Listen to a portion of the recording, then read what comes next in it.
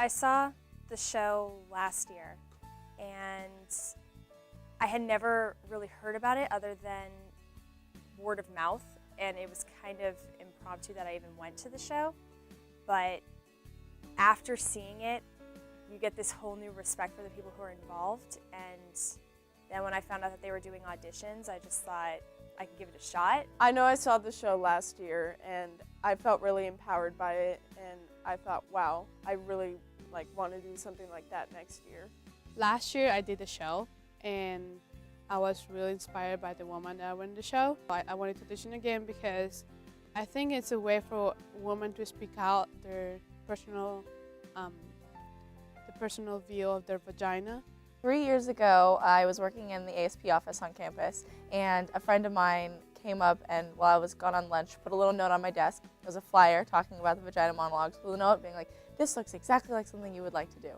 And I'd heard of the show before. I was a women and gender studies major, so I was in feminist circles. I knew what it was about, and so I was interested, but I didn't really know a lot about it. So I kind of blindly went into the audition. My family isn't exactly one that discusses vaginas openly. I don't really know a whole lot of families that do.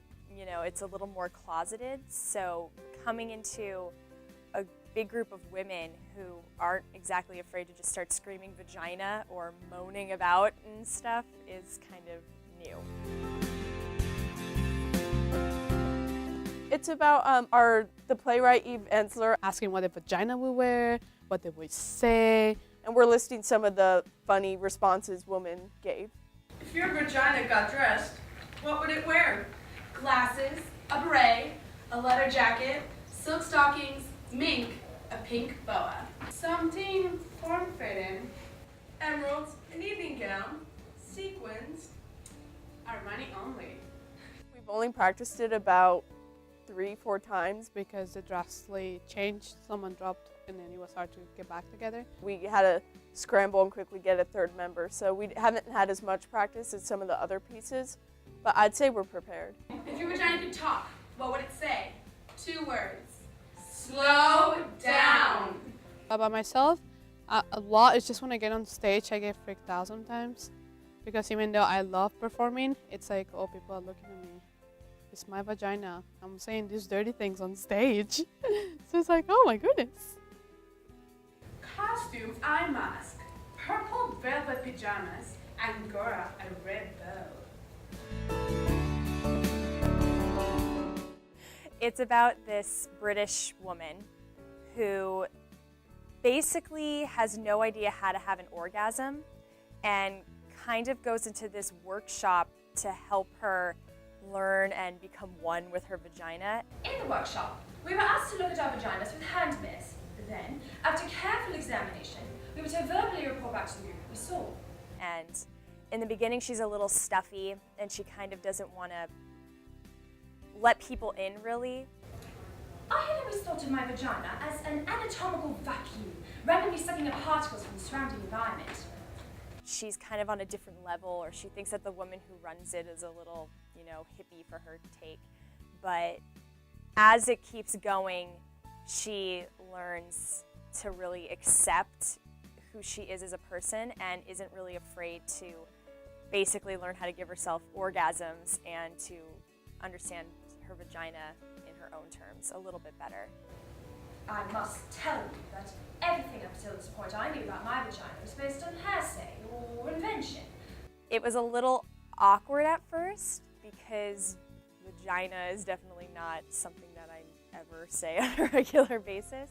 As time progressed and the more I got to work with my piece, the more you kind of develop this relationship with the character that you have and what she is going through in the monologues, and then you start to kind of open up a little bit more, and progressively it gets easier to express yourself. My favorite part is really watching the progression of the women.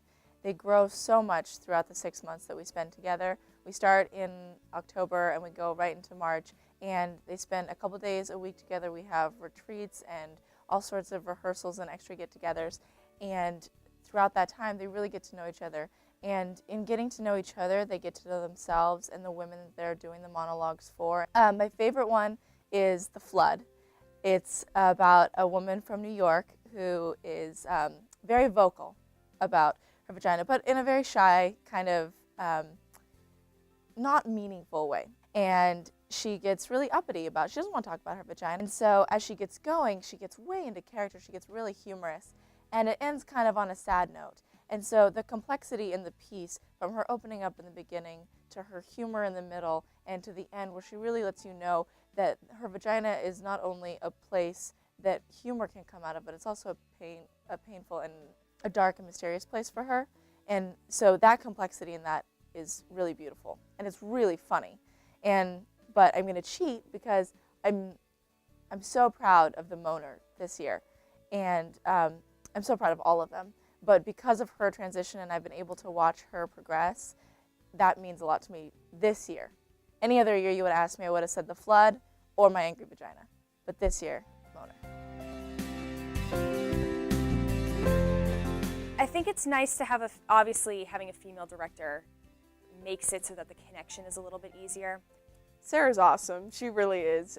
We have sessions where we do things one-on-one, and she's helpful in being kind of a support system. Sarah, she's awesome, but she's one of my close friends. As a friend, she's awesome. As a director, too. And I like that, she's done this before, so she knows like how we're feeling, how it works. And she has a great vision of how it's going to be, and I'm really excited. What we do is all of the money that we get from the production, all of our ticket costs, all of the donations, any artwork that's bought at the show, all of that goes directly to V-Day or to Verity. So when it goes to V-Day, it goes straight to Eve, and she takes it to Haiti. There's different organizations in Haiti that she's working with, and the money goes directly into those to help build support systems for the women and girls of Haiti. And then Verity is a local organization. It's what used to be United Against Sexual Assault.